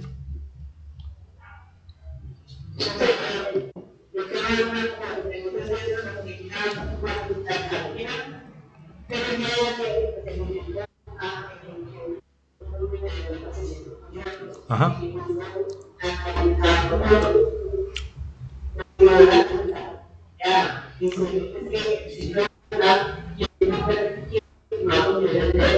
Ajá. Eso es. Eso es una calificación de riesgo. Por ejemplo, el país como tal, o sea, Colombia, también tiene una calificación de riesgo, ¿sí? Tiene que estar calificado. ¿Por qué? Porque nosotros somos emisores de títulos, no solamente en el medio interno, sino en el ámbito internacional. Es decir, nosotros nos endeudamos con bonos, tanto en Colombia como en el exterior. Entonces también necesitamos. Entonces ustedes ven que hay veces que se escucha la noticia que Moody's o Fitch Rating modificó la calificación colombiana. Hace poquito la modificaron, pero no modificaron la calificación, sino que modificaron la perspectiva. Esta es la calificación de riesgo, pero hay otra que no está acá, que se llama la perspectiva. Y la perspectiva es que siempre que dan una calificación, ustedes se darán cuenta, siempre después de este AAA hay un más o un menos después de esta letra. ¿Qué quiere decir eso? Si a mí me están calificando AA más, la calificadora me está diciendo, mire, usted tiene muy buenas cifras y si persiste con esas cifras, o sea, si se sostiene así, es muy factible que la próxima vez que lo califique pase a AAA, ¿sí? Pero si el signo es menos, lo que me está diciendo es, mire, está en AA, pero está en riesgo de bajar a A. Es decir, es posible que la próxima vez que lo califique va a bajar a A. Entonces la perspectiva marca como más o menos la tendencia de la calificación como tal. Hace poquito, la calificación colombiana, a la calificación colombiana le cambiaron la perspectiva. Yo no sé en este momento, porque hace días que no califican de nuevo, le cambiaron la perspectiva de más a menos. Es decir, nos dijeron pilas porque si siguen así, le vamos a bajar la calificación. Y al bajar la calificación, el endeudamiento se vuelve más costoso porque los bonos se vuelven más riesgosos. Eso se mide a nivel internacional en los países con un indicador que se llama, se los voy a escribir acá. Ese indicador se llama el ENVI.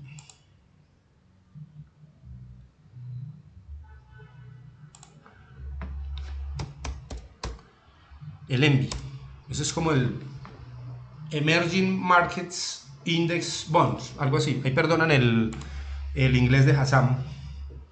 El pronunciamiento del inglés de Hassam, sí, por favor. Es como el índice de los bonos de los países o de los mercados emergentes. ¿Sí? Entonces, ¿qué quiere decir eso? Se supone que a nivel internacional la inversión que es libre de riesgo son los Bill Treasury,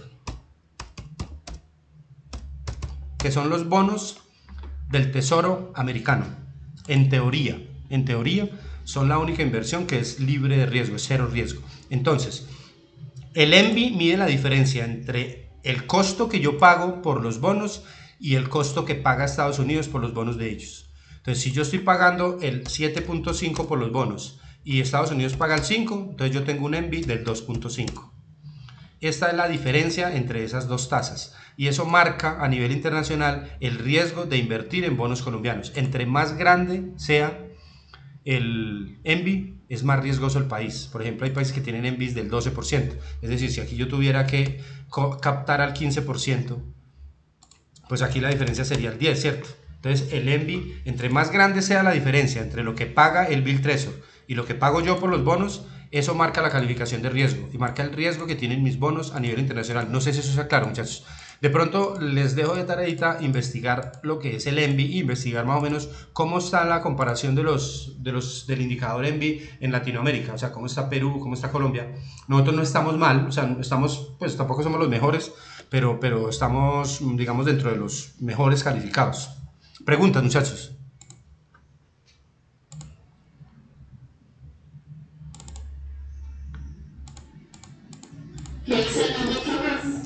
¿Cómo? Ah, no, tranquilo, yo los cargo en la plataforma, no se preocupen. Yo se los cargo en la plataforma, es una investigación pequeñita para mirar, para que investiguemos cómo está el nivel del ENVI en Colombia, en ese momento, y a nivel latinoamericano, podemos hacer esa investigación. Otra pregunta. Bueno, entonces, hablamos aquí de estas calificaciones, ¿por qué? Porque hay bonos con calificación grado de inversión, quiere decir que son los mejor calificados, es decir, están en AAA, AA, A, se perciben como menos riesgosos y tal, pero hay otros que están calificados como grado especulativo, y los grados especulativos son los del A para abajo, o sea, del B hacia abajo. ¿Por qué son especulativos? Pues porque hay inversionistas que son más avesados, que son más arriesgados, que les gusta más esas apuestas y tal, y compran bonos mal calificados, pues porque se consiguen mucho más baratos esperando que la situación cambie y obtengan unas altas utilidades. Entonces hay bonos de grado de inversión y de grado especulativo, según el nivel de riesgo que tengan, según el tipo de calificación. También según la emisión hay bonos en oferta pública, que son bonos que se ofrecen a todos los inversionistas, es decir, a un público en general, y hay emitidos en ofertas privadas, que son bonos ofrecidos a un grupo exclusivo de inversionistas solamente. Eso también se puede hacer. Según el seniority es el prestigio, digamos, que tiene la empresa como tal, o que tiene el bono. Hay bonos ordinarios o seniors, que son bonos que están en el primer nivel de derechos para ser pagados, y están los subordinados, que están en un nivel más bajo, es decir, que al ir a repagarlos, pues primero se pagan los de mayor seniority, los senior, y luego los junior. Según el mercado, pues hay bonos emitidos en el mercado interno, en Colombia, por ejemplo, pues los que emiten las entidades privadas aquí, y también los que emiten las entidades estatales, que son, las entidades internacionales, o el país en mercados internacionales, que son los externos, y hay los bonos, los eurobonos, que son los que se emiten en la zona euro. También podríamos nosotros emitir bonos en la zona euro, con una buena calificación, para conseguir recursos allá cuando uno necesita, digamos, cuando el país, esa es la manera como el país financia el déficit fiscal, o sea, la diferencia entre lo que recibe por los impuestos y lo que gasta en funcionamiento. En este momento, ustedes saben que se está hablando que el endeudamiento de Colombia va a crecer de forma muy significativa entre el 2020 y el 2021. Estamos hablando de que, ayer salió también la noticia, de que es posible que en el 2021 la deuda externa en Colombia llegue a representar cerca del 60% del Producto Interno Bruto. En este momento está representando como el 46%, o sea que estaríamos aumentando como un 14%. Esa deuda, más o menos, en este momento, antes de empezar la cuarentena, pues estaba llegando como a unos 130.000 millones de dólares. En este momento, pues no se ha valorado, que igual de todas maneras debe ir muy grande porque los dólares han subido mucho, y para el año entrante, pues obviamente el endeudamiento va a ser muy alto, porque ustedes saben que hace poquito el Fondo Monetario Internacional renovó una línea de crédito para Colombia de 10.500 millones de dólares, que se van a utilizar o se están utilizando para atender la pandemia. Y el año entrante, obviamente, el gobierno va a tener que, obligatoriamente, si es un gobierno responsable, se va a tener que endeudar para poder reactivar la economía, porque esto no se va a reactivar solo, esto va a necesitar mucha ayuda del Estado para que las empresas vuelvan a contratar a las personas, vuelvan a crecer, vuelvan a generar buenos ingresos y un consumo importante. Bueno, según la moneda también pueden ser bonos emitidos en moneda local o bonos emitidos en moneda extranjera, según las condiciones exóticas. Hay unos que se llaman bonos callable o redimibles, que son unos bonos que tienen una cláusula que le permiten al emisor la posibilidad de recomprarlos, o sea, la posibilidad de renegociarlos antes del vencimiento, de acuerdo con unas condiciones de mercado, como les comenté ahorita. La tasa sube, la tasa baja, hay un acuerdo entre emisor e inversionista para redimir el bono. Hay otros que son los payable o retractables, que le dan la misma posibilidad, pero esta vez no se la dan al emisor, sino al inversionista, de antes del vencimiento, según las condiciones de mercado, obtener la redención de su título. Y hay unos también que se denominan bonos perpetuos, que son bonos que no cuentan con una fecha de vencimiento, o que tienen una fecha, o sea, de más de 100 años. Obviamente pues lo hacen las entidades estatales, porque pues no habrá ninguna persona. Yo por ejemplo no compraría un bono a 100 años porque de pronto no alcanzo a cobrarlo. Pero los países o las entidades y tal de recursos, financieras multilaterales, pues pueden hacer negociaciones con algunos países en algunas líneas especiales como perpetuos, bonos redimibles a más de 100 años. Y hay bonos que se denominan de cupón cero, pero no quiere decir, cuando yo hablo de cupón cero, es que el único flujo de caja se da al final de la vida del mismo. Es decir, si es un bono a 10 años y es cupón cero, quiere decir que a los 10 años me devuelven la plata y los intereses. No hay pagos parciales ni pagos anticipados, pero no quiere decir, el cupón cero no quiere decir que no tenga interés. Muchachos, preguntas hasta ahí sobre la tipología de los bonos.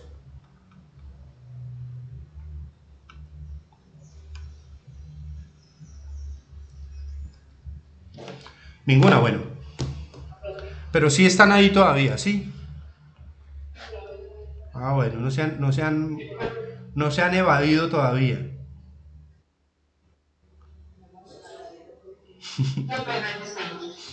Bueno, eso me alegra mucho, muchachos. Ustedes no saben cómo me hace falta ese salón allá y esa presencialidad. Ojalá que rapidito nos podamos ver. Bueno, en el tema de las acciones es un poco más simple, porque pues esto representa una parte del patrimonio, ya lo sabemos, cuando uno compra una acción pues simplemente los elementos que se deben conocer a la hora de decidir una inversión en acciones son conocer la empresa y algo de su historia. Parte, digamos, de el Registro Nacional de Valores y Emisores, uno de los requisitos es elaborar el prospecto de inversión, y el prospecto de inversión lleva toda la información de la empresa, es decir, publicar toda la información posible para que el inversionista tenga claridad de en qué empresa está invirtiendo. Para tomar una buena decisión. Recordemos que los mercados financieros internacionales dependen de la disparidad en la información, y entre más disparidad haya, pues más riesgo hay en el mercado, porque entonces tendré que operar más por tendencias que por conocimiento. Analizar el sector y su desarrollo y tener muy en claro cuál es el perfil del inversionista. No sobra recibir algo de asesoría. El perfil del inversionista entonces es aquel que persigue liquidez o el que persigue rentabilidad. Si yo persigo liquidez, invierto en las más bursátiles, que tienen un índice de bursatilidad alto, es decir, en esas que aparecen de primera en la bolsa de valores. ¿Por qué? Pues porque son las más líquidas, son las que más negociación generan. Pero si voy detrás de rentabilidad y puedo esperar, puedo buscarlas por otra condición, es decir, por solamente rentabilidad sin tener en cuenta la liquidez. Acciones ordinarias, preferentes, esto ya lo vimos, ustedes ya lo tienen claro, ¿cierto? Los tipos de acciones ordinarias, preferenciales y privilegiadas, ¿sí? Bueno, calificadoras de riesgo, este tema lo tenemos aquí en módulo, pero ya lo vimos, ¿sí? Aquí están explicadas más o menos cada una de las categorías. Esto ya ustedes se lo leyeron, ¿cierto que sí? Ustedes ya leyeron todo el módulo. Listo, entonces aquí están como digamos, las definiciones de cada una, pero ya las vimos allí. Entre más va bajando la calificación, ¿qué es lo que quiere decir? Que hay menos posibilidad de que me devuelvan el dinero. Eso es básicamente.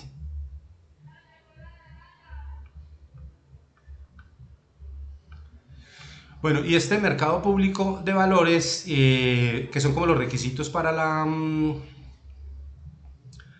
la inscripción, digamos, de un papel o de una emisión de bonos, acciones en el mercado de valores colombiano, en el mercado bursátil, lo dejamos para entre 8 días. Y también entre 8 días trabajamos un tema que se llama derivados financieros. Yo por ahí les dejé una presentación, voy a ver si les dejo una más amplicita porque la que dejé es muy pequeña, que es el tema, como que lo que nos falta es ver este mercado público de valores. Dentro de 8 días vamos a trabajar el tema de los derivados financieros y vemos el negocio de las divisas, que también forman parte del mercado de valores. Recordemos, para resumir, cuando hablamos de finanzas corporativas y mercado de valores, estamos hablando de los componentes de ese mercado de valores que lo podemos ver en la bolsa de valores, que son, eh, aquí los tenemos: renta variable, renta fija, derivados y las divisas. Entonces ya vimos renta variable, vimos renta fija el día de hoy, índices bursátiles, ya los vimos en la presentación hace 8 días, de pronto dentro de 8 días miramos puntualmente cuáles se trabajan en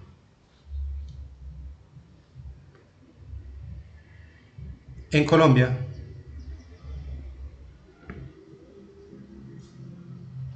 Y los derivados y la renta fija, perdón, y las divisas. Entonces dentro de 8 días vemos esa partecita que nos falta, que es lo último del módulo, que es como el registro, como las condiciones que se deben llevar a cabo, las que se deben cumplir, perdón, para inscribir una acción o una operación en el mercado de valores. Y vemos lo que nos falta: derivados financieros y divisas. Y ahí terminaríamos el curso, hacemos el segundo parcial y ya nos veríamos para el final dentro de 15 días.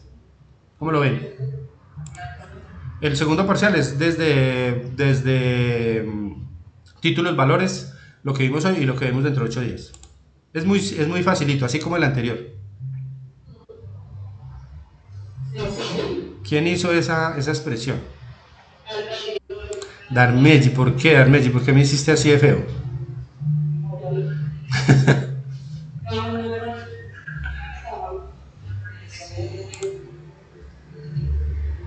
¿Cómo, cómo?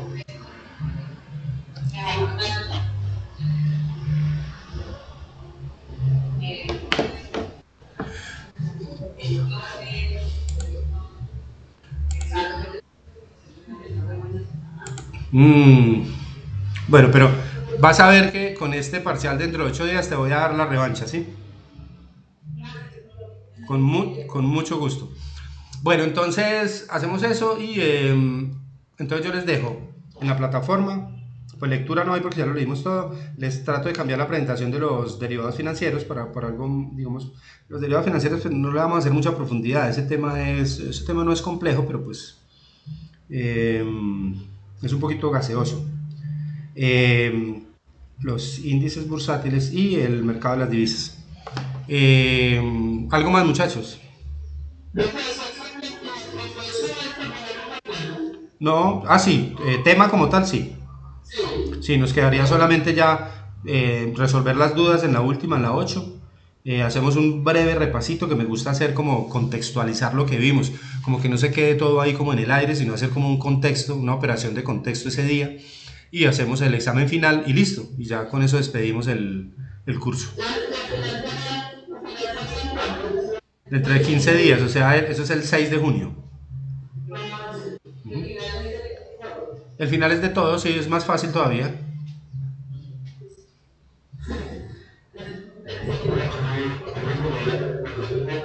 Igual, 11 preguntas, falso y verdadero, y selección múltiple. Claro.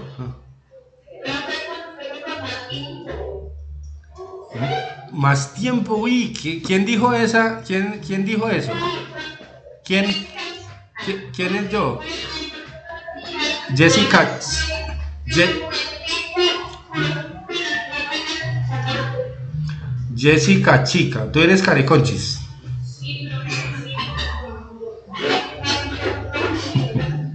Estos culicagados. Bueno, sí. Esta semana déjenme consultarlo con la almohada. Ojalá que no esté muy dura. Eh, sí.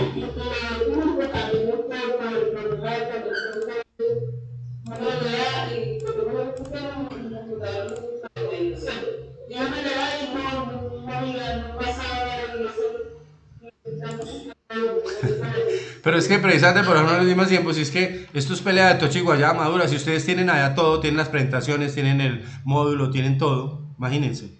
¿Ah? ¿Cuándo nos había tocado tan fácil?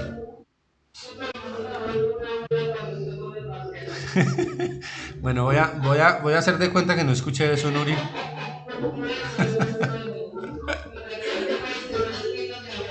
Sí, acuérdense que esto va para el canal de YouTube. Por favor, Nuri. Eso lo, de pronto nos piden una explicación. ¿Qué quiere decir que los alumnos se vuelvan una bola en el examen? Ah, ya. Ah, bueno. Menos mal que me explicaste porque yo estaba aquí estaba imaginándome una cantidad de cosas. Bueno, niños, preguntas, dudas, reclamos, observaciones, quejas, peticiones. Dime, Miguel Ladis.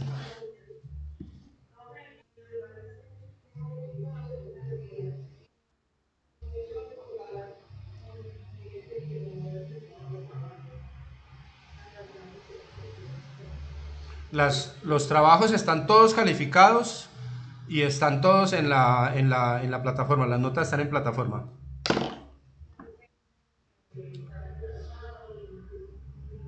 Bueno, si quieres, tú tienes clase ahorita. Hagamos una cosa, pégame una marcadita ahorita y lo revisamos puntualmente, Miguel Laes. Como te digo, todos los trabajos están calificados, o sea, no les debo ninguna nota. Entonces, si quieres, me llamas y lo miramos en línea en el sistema y yo te doy respuesta, Miguel Laes, con mucho gusto. Eh, pues por ahí en unos 15 minuticos. Listo. Bueno. Muchachos, ¿alguna otra pregunta? Sí,